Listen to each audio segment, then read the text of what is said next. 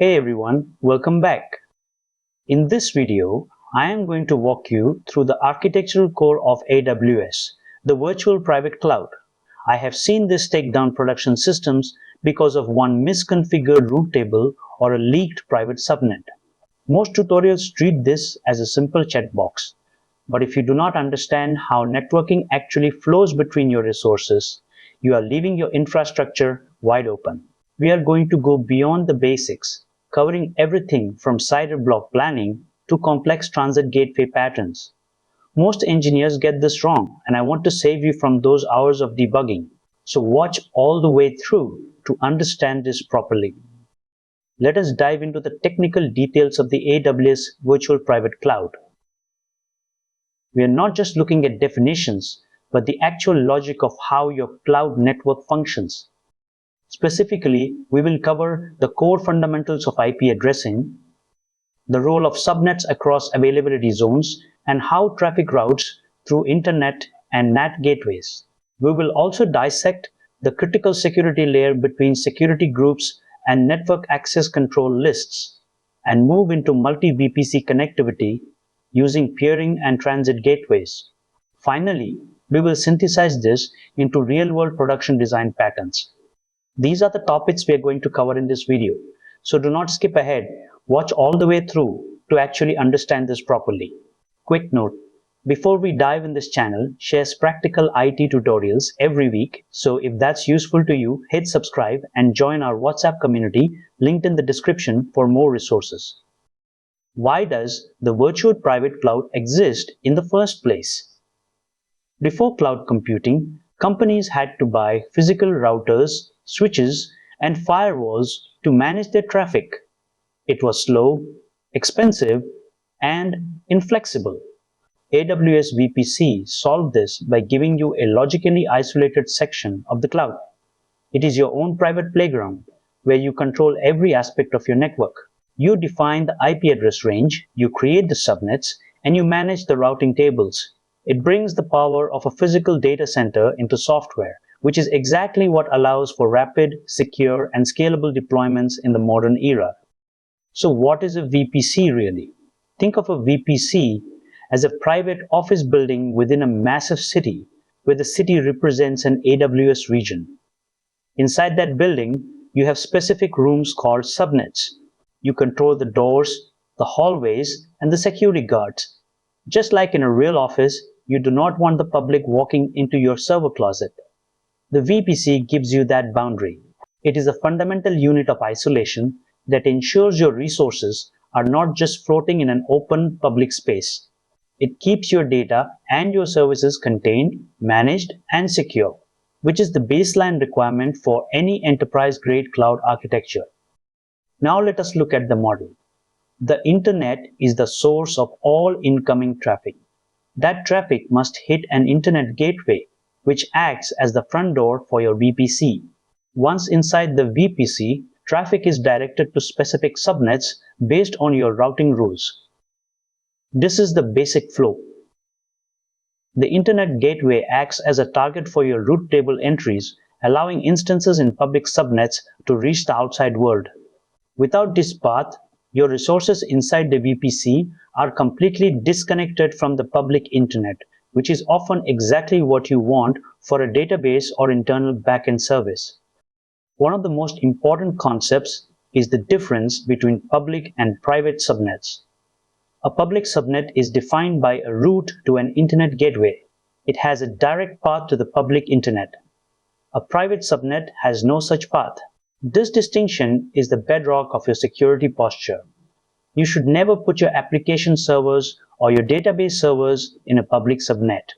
Always keep your application tiers in private subnets and use public subnets only for resources that absolutely must be reachable from the outside, like your application load balancers or jump boxes. If you ignore this, you are significantly increasing your attack surface. Here is how you would start the process using the AWS command line. First, you define a broad IP range for your entire VPC, like the 10.0.0/16 blocks shown here.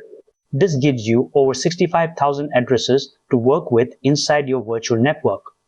Then, you carve out a smaller slice the 10.0.1/24 block for a specific subnet in a specific availability zone. This is how you build your network from the ground up, keeping your resources logically separated and organized. Once you run that command, AWS returns the confirmation details, including your unique subnet identifier. This is the resource ID you will use for every subsequent command, like attaching a security group or launching an EC2 instance. It confirms that the subnet is successfully associated with your VPC and placed in the availability zone you requested. This is exactly what you should expect to see in your terminal output.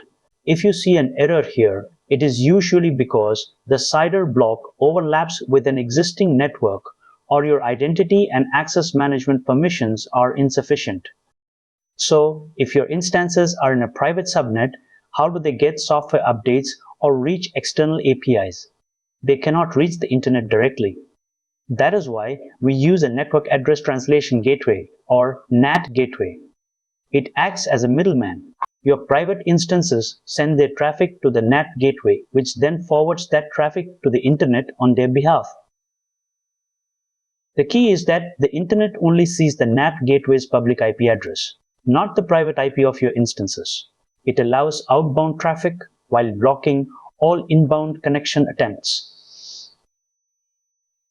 It is the perfect balance for security and utility. We need to talk about the difference between security groups and network access control lists. A security group acts as a stateful firewall for your individual instances. If you allow traffic in, the return traffic is automatically allowed out. This is the default security layer you should use. Network ACLs, on the other hand, are stateless firewalls that operate at the subnet level. They are more restrictive because they do not track state, meaning you have to explicitly define both inbound and outbound rules for every connection. You should use security groups for granular control and network ACLs as a secondary, broad defensive layer for your entire subnet. Consider this. An e-commerce platform serving 50,000 requests per minute suddenly experienced a total outage. Their application servers were in a private subnet and they needed to fetch a security patch from an external repository. Because the NAT gateway was misconfigured, the request timed out and the database connection pool failed to reinitialize. The platform team realized their mistake was relying on a single NAT gateway in one zone. They corrected it by deploying high availability NAT gateways across multiple availability zones. This ensured that even if one zone failed, their private instances could still reach the internet for critical operations. This is why architecture decisions matter at scale. Now, let us look at the top 4 mistakes. First, overlapping CIDR blocks during VPC peering will break your routing instantly. AWS will not allow traffic to flow if it does not know which VPC to send it to.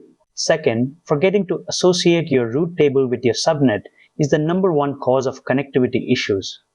Third, using the 0000/0 rule in your security group for everything, effectively turning off your firewall. Finally, picking a /28 block for a subnet that needs to hold hundreds of containers, you will run out of IPs in minutes.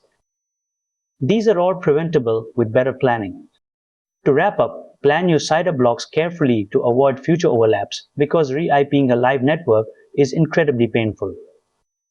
Always separate your public and private subnets strictly through your route table configurations. Rely on NAT gateways for your outbound internet needs rather than using public IPs on private instances. Whenever possible, prefer the stateful nature of security groups over the complexity of network ACLs.